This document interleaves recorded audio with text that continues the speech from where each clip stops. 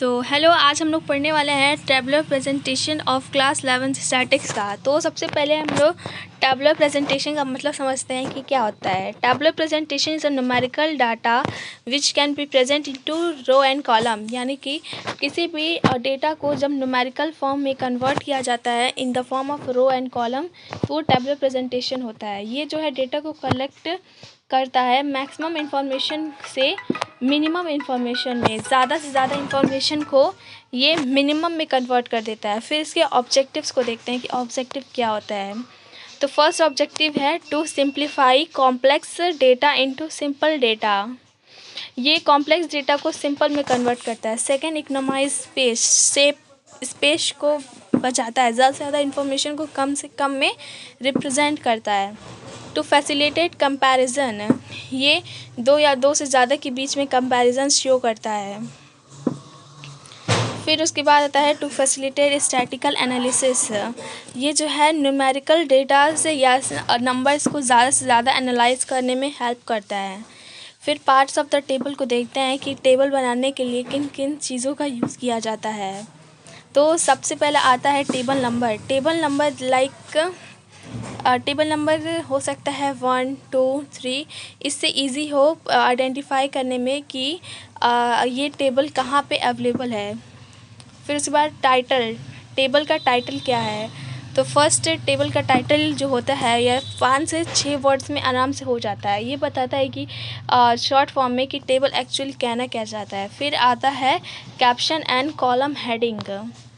तो कैप्शन और column heading जो होता है वो वर्टिकल वो हॉरिजेंटल लाइंस का होता है। फिर उसके बाद आता है स्टब्स जो है वर्टिकल लाइन की हेडिंग होती है। फिर उसके बाद आता है body of the table. Body of the table जो होता है मेन पार्ट होता है किसी भी टेबल का, ये सारे डेटाज को इसी के अंदर अवेलेबल होते हैं। फिर होता है यूनिट ऑफ मेजरमेंट, लाइक जैसे कि सेंटीमीटर्स, मीटर्स, किलोमीटर्स, ये सब हो सकते हैं।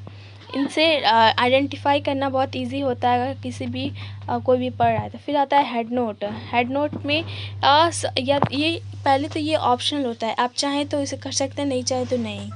फिर आता है सोर्स नोट। सोर्स नोट से ही पता चलता है कि ये डेटा कहाँ से है। सोर्स नोट जो है ये सेकेंडरी डेटा भी हो सकती है। मैक्सिमम जो सोर्स नोट इससे लिखे जाते हैं कि वो सेकेंडरी होते हैं। फुट नोट टेबल के सबसे लास्ट में होता है। फिर देखते हैं फॉर्मेट ऑफ टेबल। तो हमने पीछे देखा कि टेबल नंबर लिखते हैं जैसे कि 1, 2, 3। फिर हमारा टाइटल आता है। टाइटल ज़्यादा से ज़्यादा 5 से 6 वर्ड्स में हो जाता है। और फिर हेड नोट तो ऑप्शनल है। फिर उसके बाद ये टेबल देखते हैं। पहला यहाँ पे साइड में जो होता है वो रोज़ होता है, फिर कैप्शन, फिर सब हेडिंग्स, फिर बॉडी ऑफ द टेबल और फिर टोटल रोज़। फिर नीचे आता है सोर्स नोट, या जो है ये मैंने बताया था कि सेकेंडरी डेटास के लिए मैक्सिमम यूज़ किया जाता है। और फिर उसके बाद आता है क्लासिफिकेशन ऑफ टेबल को। तो ये 3 टाइप्स का हो जाता है। पहला जो है ऑब्जेक्टिव, अकॉर्डिंग टू ऑब्जेक्टिव और पर्पस। तो अकॉर्डिंग टू ऑब्जेक्टिव और पर्पस, पर्पस में इसमें भी 2 टाइप्स का है, जनरल और स्पेसिफिक। जनरल में हम लोग कॉमन चीज़ों का यूज़ करते हैं, फिर स्पेसिफिक में स्पेशल चीज़ों का यूज़ किया जाता है। फिर आता है according to nature. According to nature यानी कि टेबल किस टाइप का है, ओरिजिनल है या डिराइव्ड है, ये डेटा क्या प्राइमरी कलेक्ट की गई है, सेकेंडरी कलेक्ट की गई है। फिर अकॉर्डिंग टू एक्सटेंशन और कवरेज, कि ये टेबल कितना बड़ा हो सकता है। पहला जो है वो है सिंपल, फिर कॉम्प्लेक्स। सिंपल में बहुत ज़्यादा नहीं, 1 डेटास को ज़्यादा से ज़्यादा क्लासीफाई किया जाता है। कॉम्प्लेक्स में मोर देन 1 को, इसमें भी मोर देन 1 में भी 3 टाइप से हैं। पहला है टू वे, 3 वे और मैनीफोल्ड। 2 वेज में 2, 3 में 3 और मैनीफोल्ड में मोर देन 3। अब देखते हैं merit of the table. Table के मेरिट्स क्या क्या हो सकते हैं। फर्स्ट जो है सिंप्लीफिकेशन ऑफ डेटा, ये जो है किसी भी इंफॉर्मेशन को सिंपल से सिंपल वे में कन्वर्ट करता है, सिंपल। और फिर दूसरा आता है फैसिलिटेट कंपैरिजन, ये दो या दो से ज़्यादा के बीच में कंपैरिजन बताता है। फिर एनालाइज एंड इंटरप्रिटेटिंग, ये डेटा को एनालाइज करता है और फिर शॉर्ट फॉर्म में अवेलेबल हो जाता है। इकोनॉमिकल, ये जो है ये कम खर्चे में हम लोग इसको कर सकते हैं, इसमें ज़्यादा से ज़्यादा पैसे का यूज़ नहीं किया जाता है।